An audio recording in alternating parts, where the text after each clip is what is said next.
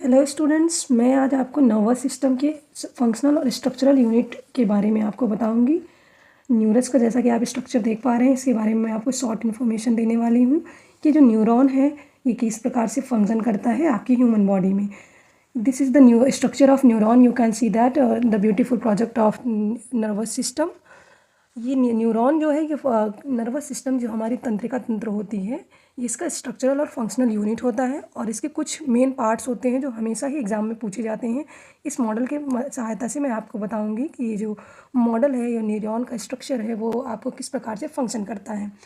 आप देख पा रहे हैं ट्री लाइक स्ट्रक्चर आपको दिख रहा है। ये होल पार्ट्स जो है 1, 2, 3 एंड 4 एंड 5, इसको हम डेंड्राइट के नाम से जानते हैं, जो सिग्नल्स को क्या करता है, एक्सटर्नल स्टिमुलाई से गेन अप करता है।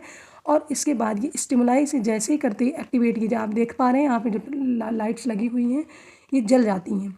ये इलेक्ट्रिक सिग्नल्स को क्या करता है, स्टिमुलाई एक्सटर्नल स्टिमुलाई को लेता है बाहरी बॉडी से, फिर ये सिग्नल्स को पास करता है कहाँ पर, ये हमारी क्या है, ये जो अंदर का पार्ट आप देख पा रहे हैं 1, 2, 3, इस प्रकार से स्टार लाइक स्ट्रक्चर आपको दिख रहा होगा। इसको हम सेल बॉडी या फिर साइटोप्लाज्म भी कहते हैं। और ये येलो पार्ट जो दिख रहा है इसको हम न्यूक्लियस बोलते हैं। ये न्यूक्लियस क्या होता है, ये सिग्नल्स को समझता है, इंटरप्रेट करता है।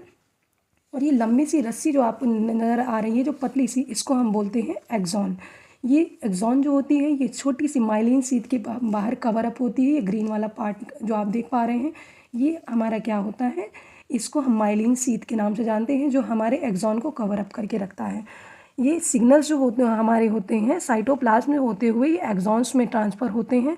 और ये नीचे का जो पार्ट है, ये सिग्नल्स को साइटोप्लाज्म सबसे पहले डेंड्रॉइड एक्सटर्नल स्टिमुलाई से बाहर की बॉडी हमसे हमारा कैचअप करता है, फिर ये सेल बॉडी से होते हुए ये एक्सॉन में ट्रांसफ़र कराता है।